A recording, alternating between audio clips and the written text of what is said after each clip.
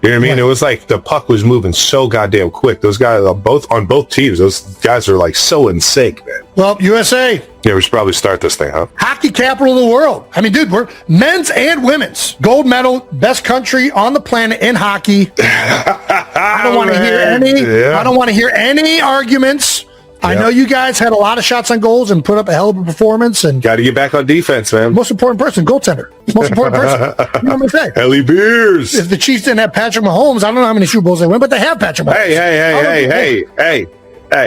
We're not playing hypotheticals here. Welcome back to New Heights, ladies and gentlemen, boys and girls of Wondery Show, brought to you by Expedia, the one place you go to go places. That's right. The place you go to places. We are your hosts. I'm Travis Kelce and my big brother, Jason Kelce, out of the U.S. of A., Cleveland Heights, Ohio, and University of Cincinnati alum. Shout out to the Bearcats taking down the fucking Jayhawks at Allen Fieldhouse. I've been there a few times. Not an easy place to play.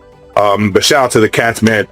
Keep making a fucking run, boys. Yep, Keep making a fucking run, boys. Got about 4 or 5 games left in the Big East, and I'm dialed in. I'm watching every one of them. Especially got my eye on those BYU Cougars. We got a play coming out to all you Cougars that are in the Kansas City Chiefs building. I'm talking to you, Big Red.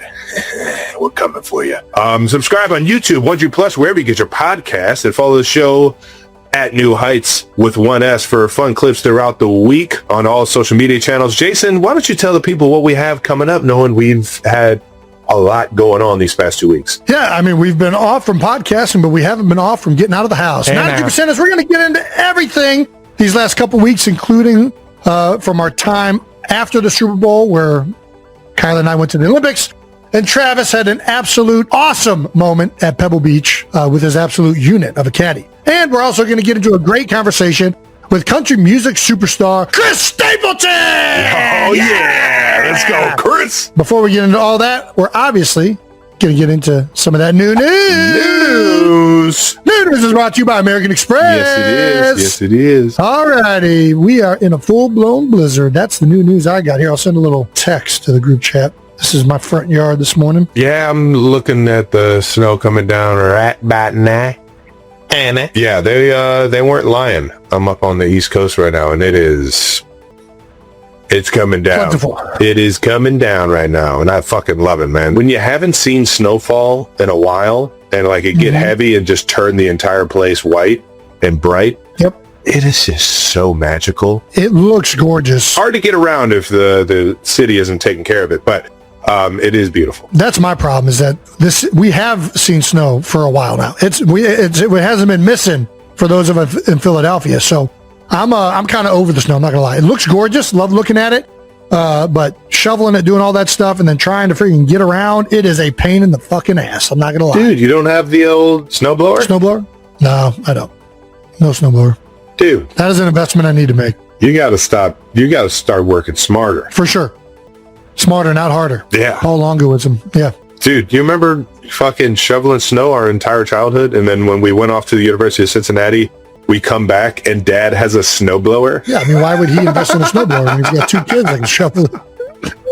It's such a Hey Kelce move. He ain't shoveling snow with that back. No chance. But then it's also like, yeah, Dad, do you want me to go like use the snowblower to shovel to get the snow? Like, nah, I got it. It's like he like, dude, it's one of the funnest things you can have. I'm pro manual labor for kids. Yeah, no, 100%. You appreciate it when you're the one doing it, and then you get to tell another fucking kid to do it. Oh, I can't wait. We also dropped some film breakdown for Eagles fans wondering what to expect from new offensive coordinator Sean Mannion. Ooh, that's right. Yeah, I saw that, Jason. That was a pretty good breakdown. It wasn't bad. Hitches left and right. Hitches all over the field. It wasn't as organized as I would have liked it to be, but I think it turned out great. Aaron did a fantastic job. Shout out to our producer, Aaron. I think we can do a lot more stuff like that. That can be really insightful. I'd love to do it with you, Trav, because I know you know a lot more about route concepts and the passing game. And yeah. I think there's a thirst for me learning a lot of that aspect of the game that I've never really known. So anyways, we had a lot of fun with this one. I'm excited about some of the things that come with Sean Mannion. We had some comments we were going to go through. I love this. We need more of this from Jason. It brings in his knowledge, and genuinely, I really love watching film. Ooh, okay. It is fun to watch film. It is fun to watch film. You know what film also is? It's expensive as fuck. The NFL is They're not fucking around. They got the licensing rights to that shit, and they're making you pay for every fucking minute of it. Well, not every minute, but you do a lot, they're going to start charging you. And that's the one reason it's really difficult. We had another comment, laughed my ass off. Good one starting out the breakdown of a hitch plane. That was all intern Brandon's idea. Shout out to intern Brandon. Thought it was a awesome way to start it off. Who doesn't love a good hitch route? By everyone. You know when everybody runs a hitch? Are you asking what it's me called? when you do it? Yeah. So it's called spacing. You ever heard that? You ever heard that one being called in the huddle? Spacing concept, yeah. Spacing concepts, yeah. Soft and off outside, you're ripping those guys all day, and then if it's press outside, then you go inside, and the inside guys kind of have to have like a nice little feel on where to find those zones, where to find those voids. You don't want to run to get covered. And that was a great job by what was it, Messenberg or the tight end out of Green Bay, of finding that void on that arc release. Yeah. There we go. Love it. It was solid though. Solid stuff though. And I thought it was a great timing on it's just. Jason sounding like a man who would be a great addition to the coaching staff in the offensive line room. Yeah, he would. Jason is 100% a coach in the offensive line room. The Eagles just don't pay him. I wish I had time to do more stuff like that. I really think it would be fun. But those coaches, as we saw with Mike McDonald, they spend a lot of time in the offices. And a whole lot of time. That is something that I don't have that much of a desire to do. Well, it was awesome to see you break down some film. I know I had some fun with it, but I'm sure the 92%ers would love to have an input on what we should break down next, like whose film we should break down next. We want your guys' suggestions, so please throw some suggestions out there. And do we have a segment name? Have we named this segment yet? We got some. We got some segment name. We got some comments underneath the post that we already put out there of you breaking down the film, from Allison Rose Barnum. All 22 with the 92. Ooh, not a bad one. Not bad at all. I like this one a little bit more though. Joe Courtney 13. X's and Bros. It's not a bad one at all. That was pretty good. One. We got one more from WikiWall, or the obvious Kel, see what I did there? Or Kel, see what they did there. Sorry about that. I can't read. But that was a solid one, and I just like his profile pic of AI with the fro. I think maybe you would just throw that out to the suggestions as well. How about it, 92%ers? Oh, that's Mike Wallace? Yeah, apparently. Like the Mike Wallace? Like wide receiver Mike Wallace? No. Mike Wallace is in the main producer I have on my individual stuff. Oh, that Mike Wallace. Yeah. That'll be very nice of humbling Mike. Anyway, shout out to Mike. Mike did a great job with the bobsled video that came out this past week. Oh, man. Mike and Joey. I can't wait to get into that. We're going to get into that in a second. That was fantastic. Yeah. Also, this Friday, dropping some bonus content. The Heights Hotline. Off topic, off season. How about it? Got some great voicemails from the 92%ers that you guys are going to hear us answer, and available on YouTube, Wondery Plus, and wherever you get your podcast this Friday. So make sure you check that one out. Once again, new news is brought to you by American Express. Let's keep it moving to Out of the House. Brought to you by Pepsi. Oh, man, I should have worn my Pepsi hat. Ed Kelce favorite. Rocking all the fucking USA gear because we're champions. Did you know that Norway was that fucking far ahead of everyone? Why are you saying Norway? What do you mean? Is it not Norway? What do you mean? Don't they have like the fucking most golds of everyone? Oh, you're talking about in the Olympics. I did not know that, but I mean, Norway's always up there because they're... Dude, they came into it with 70 more medals than us. They came into it? Yeah. Like all-time medals? Yeah. I mean, listen, there's not a lot to do up there in Norway other than freaking skiing. Cross-country skiing is just how you that's hiking. That's just going to work. Yeah. Exactly. I was watching the Olympics nonstop, and you were at them, so you didn't see a lot of the broadcast. But in between, they were showing why Norway is like always like one of the best in the Winter Games, and they said they call it the Norway. It's the way of Norway, and they said they get them on skis and skates and get them down the slopes and into the games when they're real young. It's like their way of like competing in a lot of ways. Right. So yeah, either way, let's keep this thing moving. USA won gold in hockey, and men's and women's. That's all I care about. Out of the House is brought to you by Pepsi. Before we get to the Jason in Italy, Jason and Kylie in Italy, don't forget Kai, tell us about your time with the bobsled team, Jason, out in Utah. Dude, it was awesome. I got for those of you that didn't see the YouTube video that dropped last week, I got the very fortunate experience to go up to Team USA Bobsled's headquarters out there in Park City, Utah, and got to see what it feels like to go down a track in a bobsled with Team USA. Frank Del Duca, the driver and captain of the Team USA unit that I was with, as well as some awesome Olympians, Kaylee Humphreys, who won bronze, I believe, in the mono bobsled, which is just one man bobsled. Yep. They were kind of all up there, and the whole crux of the video was like, hey, what does it take to make this team or to like kind of be considered? So we started it off by putting me through the ringer testing to see if I would even go qualify for that. And to which that I was borderline at best. I don't think they would have given me another shot, but they appeased me. And, every time they said you got to hit a number, you hit the number. Yeah, but I was also way below what they would like at those numbers. Oh, okay. All right. Well, they said between on the would you run a 20 or a 40? It was a 30-meter sprint, so it's like a little bit less than a 40. It was like 30 whatever yards. And you ran that at 3.9, and it looked like you were jogging. It didn't look like you were It was a 3.9. I definitely can do better than that. And but it was why didn't you? It was the vertical jump test that was really the telltale sign. The 30? The 30 didn't count at your weight and your power? I don't know. Here's the thing. They did say, so after we got done with this, we did what I really wanted to do, which was to see how these guys train. So we got on the dry land sled up top, and we started working on pushing, getting into the sled, how they get out of the break, the cadence. They use a cadence to know when to time it up so they all hit the sled in unison. It was awesome. It was a blast learning all the different techniques and whatnot.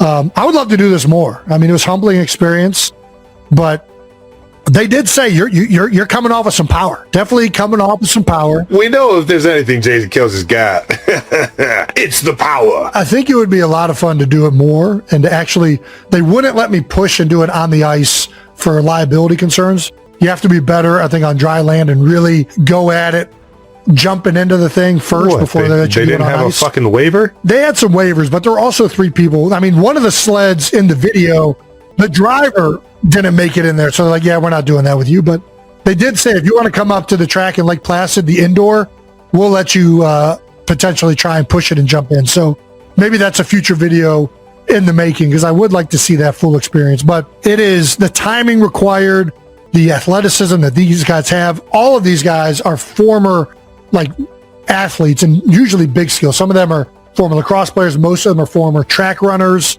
Most of them weigh anywhere from 225 to 250, somewhere in that ballpark range. I'd be really curious to see what it feels like. The problem is I'm really built to be a third or second guy, but you have to be running at full speed. That thing is moving already 21 miles an hour down the track. You got to be keeping up with it. Off the jump? Well, but by the time you're jumping in, that thing is moving 19, 21 miles an hour with all 4 of you pushing it. Man. So that was a big thing that was hard even on the back end of it. That's moving. They weren't even really getting after it. It is hard to keep up with the back, especially if you're the last person to jump in. You can't slow that thing down. So you have to be running to keep up with it. So shout out to all those Olympic athletes that are doing that. They are world-class, explosive, top-end speed runners. I would be curious to see how a lot of linebackers and running backs would do. That feels like the best. Or tight ends. Travis Kelce moving on that thing. Come on. It sounds like I'm like a 19 to 20 mile an hour top-end speed right now. And I don't know about... Once you start striding, you can get that thing going. You got them long legs. You got those bird legs, Trav. I hear it. Yeah, I've actually recorded myself. I'm only going 19, 20 miles an hour. I know these numbers actually pretty well. Well, either way, it was an awesome experience. It was great to meet all them, to learn how it all happens in a very intro novice way. Yeah. And then also just the ride itself, way more intense than I imagined. I thought it would be like a roller coaster. I really did. I thought, we'll go around the bends and the energy that you are moving down this thing at over 80 miles an hour. And when you go into these bank turns, it pushes you into the bottom of this thing. And on the bottom of the sled, there's these metal rails, and my ass is so fucking wide. they're sitting on those metal rails. So I'm being pitched down onto these metal beams. I'm trying to keep my head up so I can see. Are you not allowed to put a seat in this thing? Huh? I have no idea how Frank Del Duca, the driver. I have no fucking idea how he was even knowing when to do the turns and everything. Well, you got to know the course. You have to memorize it. Yeah, you got to know the course. That makes sense. It is going by so fast, like just so. Anyways, it was a humbling experience to see the level which those athletes perform that. Did they teach you how to drive it at least? No, I saw in there, and they showed me how. So there's a pretty cool video that Kaylee Humphreys showed me how they train the turns before you get into it. So they obviously they weren't going to let me steer in it. Yeah. But she basically was kind of showing you how you push and pull and lean and how it feels. But it's a cable steering system. There's like two things in here. And when you pull this one, it turns the front skis this way or that way. And that's basically how you're steering it. The skis I thought would be like ice skates. I saw you talking about them on there. That's insane that so they're not really getting into, they're kind of just gliding on the curve a little bit smoother. Yes. They're not really like turning it. Yeah, I mean they are, but it's not cutting into it the way I thought it would. It's like driving on snow, it feels like. I guess, yeah. But either way, awesome experience. Flooring the old two-wheel drive. All right, let's keep this moving. I've never done that. Here's the real question. Next year, Olympics, are we doing the double luge? Double luge. I'm not a luger. I got no interest in luging. I would do skeleton before luge. Which one's the luge versus skeleton? Luge is like you're on your back and you're looking. My belly's too big. I wouldn't even see where I'm going. The double luge is the weird one everyone's talking about. Yeah. Where there's like they're like laying on each other. Yeah. Oh yeah, there's a picture of it right here. Yeah, that's pretty good. There you go. Even the single luge. I'm not a luger. You a top or bottom guy? I'm a zero guy. I'm not a luger. All right, deal. I'm not a one-man luger, though. I'm not against being that close to another man. I'm perfectly comfortable with my sexuality. I'm just not a luger. Thank you to our presenting sponsor, Expedia. When it comes to travel, we're all about keeping it simple. No bouncing between a million different apps trying to piece together a trip. That's why Expedia just makes sense. Flights, hotels, vacation rentals, cars, activities. It's literally all in one place. Everything you need to plan a trip without losing your mind. Whether you're planning a big family vacation or a guy's trip or girl's trip, it can get complicated fast. That's right. Everyone's got different schedules, opinions. Everyone wants something different. But with Expedia, you can book however works for you. Lock everything in at once if you want, or do it piece by piece. That's right. It just works. One app, everything you need, no headaches. Download Expedia app today and bundle to save up to 30%. Oh, man. Members only. Savings vary. See site for details. Expedia, the one place you go to go places. Thank you to our sponsor, American Express. After years of traveling, I learned I want my vacation to start as early as possible, even like before I even get on the plane. I don't think that's just you, man. I think everybody is in line with that, and that's why people who travel a lot talk about the American Express Platinum Card. Because when you're a card member, the airport doesn't feel like the airport. It feels like part one of the vacation. Talking about the lounges? Yeah, the lounges, because with Amex Platinum, you can enjoy access to the largest global lounge network compared to other credit card companies as of July 2025. Yeah, it makes sense. You stroll in, find a peaceful place to relax, and enjoy a spot to recharge, giving you travel confidence you need through comfort. All right, now with premium travel benefits and award-winning services, there's nothing like Platinum. Terms apply. Learn more at americanexpress.com/withplatinum. Thank you to our partner, Claude. Ever notice how everyone just wants the quickest route these days? Always skimming for hot takes, the headline, and then they move on? Yeah, but that is not how we do it now. Whether it is breaking down a game, figuring out a big decision, or going down a rabbit hole at midnight, the best ideas come through thinking them through. And that's what Claude is built for. That's right. It's from Anthropic, a company founded to help people think, not just keep you engaged and scrolling. Claude works through problems with you, pushes back when something doesn't hold up, and it also helps you get to the real answer. And get this, Claude has a new live sports functionality that shows real-time scores, standings, and player stats across all major leagues. Check it out at claude.ai/New Heights for problem solvers who keep thinking. Well, we know someone you're really, really comfortable with, and that's your wife. And CBS Olympics threw out there that Kylie Kelce and her husband are supporting the USA women's hockey team. That's right. They made sure to call you the plus one is essentially it. You're the plus one, Jason. And sometimes being a plus one is the best feeling in the world. Kylie was there on behalf of NBC and YouTube. I really was just there to have fun and enjoy the Olympics. So I was 100%. This is the correct way to say it. And I thought it was hilarious. Hell yeah. I wanted to tell him I prefer ball and chain.